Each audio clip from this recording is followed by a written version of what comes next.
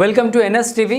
నేను రాజీవ్. ముందుగా హెడ్లైన్స్ చూద్దాం. కడప జిల్లా నందలూరు మండలంలోని గట్టుమీదపల్లి గ్రామంలో నందలూరు పోలీసులు హత్య కేసులో ముద్దాయి అరెస్ట్ చేశారు.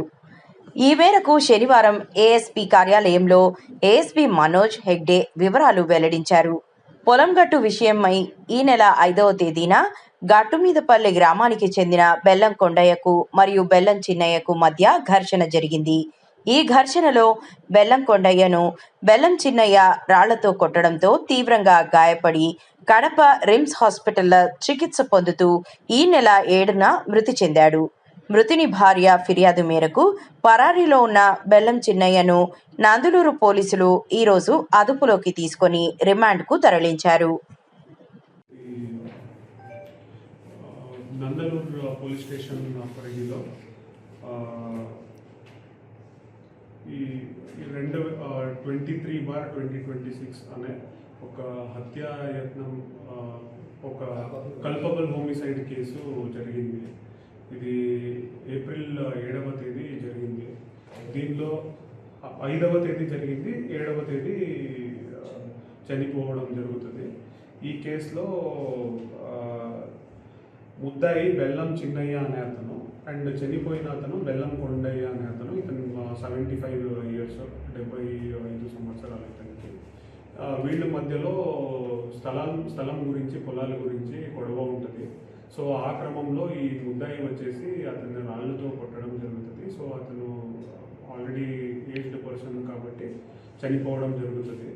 సో దీనిలో ఈ ముద్దాయిని అరెస్ట్ చేయడం జరిగింది. ఈరోజు అరెస్ట్ చేయడం జరిగింది. దానిలో మన ఒంటిమిట్ట సర్కిల్ సిఐ గారు వెంకటేశ్వర్లు గారు, అలాగే మన నందలూరు ఎస్ఐ మల్లికార్జున రెడ్డి, అలాగే మన టీం అంతా కూడా వెళ్ళి పట్టుకోవచ్చారు అండ్ ఇన్ఫర్మేషన్ పెట్టి పట్టుకోవడం జరిగింది. సో దీనిలో ఇంపార్టెంట్ ఇష్యూ ఏంటంటే, ఇప్పుడు ఈ పల్లిలో చిన్న చిన్న స్థలాల గురించి గొడవలు ఉంటే, లేదంటే ఈ జాతర కూడా వస్తున్నాయి. ఈ సమ్మర్ సీజన్లో చాలా ఎక్కువ జాతరలు జరుగుతూ ఉన్నాయి. సో అట్లాంటప్పుడు తాగి గొడవ చేసుకోవడము, లేదంటే స్థలాల గురించి గొడవ చేసుకోవడము, అట్లాంటి పనులు చేస్తే ఊరుకునే పరిస్థితి లేదు. చాలా గట్టిగా యాక్షన్ ఉంటుంది. ఈ రౌడీ ప్రవర్తనం చూపిస్తే కడప పోలీసు ఇంకా వీళ్ళకంటే పెద్ద రౌడీగా వర్తించాల్సి వస్తుంది. చాలా చాలా చాలా క్లియర్గా ఈ ఒక మెసేజ్ ఇస్తున్నాం. ఇప్పుడు జాతరలు కూడా వస్తున్నాయి. సో ఎవరు కూడా అట్లాంటివి చేయకండి. మీరు ఏదైనా ఇష్యూలు ఉంటే ఇప్పుడు పోలీస్ స్టేషన్కి మీరు ఎప్పుడైనా రావచ్చు. పోలీస్ స్టేషన్ ఎప్పుడు కూడా ఓపెన్ ఉంటుంది. మా ఎస్డిపిఓ ఆఫీస్ కూడా ఎప్పుడు కూడా ఓపెన్ ఉంటుంది. కూర్చొని మాట్లాడి, లేదంటే పీజీఆర్ఎస్ ఉంటుంది, అక్కడ పీజీఆర్ఎస్ పెట్టుకోండి, అక్కడ పెటిషన్ పెట్టుకోండి, అక్కడ పరిష్కరిస్తారు. కానీ మీరు చట్టం చేతిలో తీసుకొని ఇట్లాంటివి చేస్తే ఊరుకునే పరిస్థితి లేదు. Thank you.